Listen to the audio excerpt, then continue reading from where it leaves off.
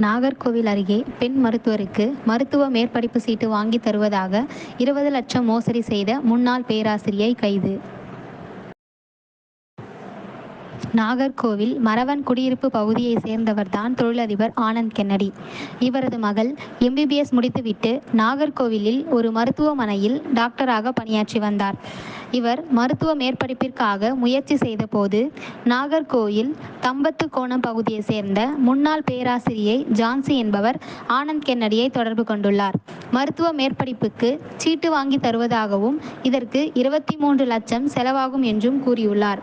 இதன்படி 23 லட்சம் ரூபாயை ஆனந்த் கென்னடி கொடுத்துள்ளார்.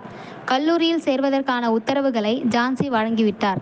ஆனால் அதை கொண்டு சென்ற போது அவை போலியானது என்று தெரியவந்துள்ளது. இதுகுறித்து ஆனந்த் கென்னடி ஜான்சியிடம் கேட்டபோது, இந்த முறை சீட் கிடைக்கவில்லை, அடுத்த முறை கண்டிப்பாக வாங்கி தருவதாக கூறியுள்ளார். ஆனால் ஆனந்த் கென்னடி பணத்தை திரும்ப கேட்டபொழுது பணத்தை கொடுக்காமல் இழுத்தடிப்பு செய்துள்ளார் ஜான்சி.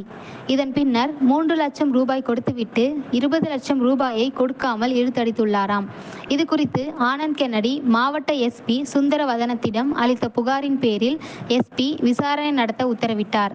இதனையடுத்து போலீசார் விசாரணை நடத்தி ஜான்சி மற்றும் கடலூரை சேர்ந்த டாக்டர் ஜானகிராமன் மற்றும் அவரது தந்தை அண்ணாமலை ஆகிய 3 பேர் மீது வழக்கு பதிவு செய்தனர். இதில் ஜான்சியை கைது செய்து தக்கலை பெண்கள் சிறையில் அடைத்துள்ளனர். மேலும் இருவரை போலீசார் தேடி வருகின்றனர்.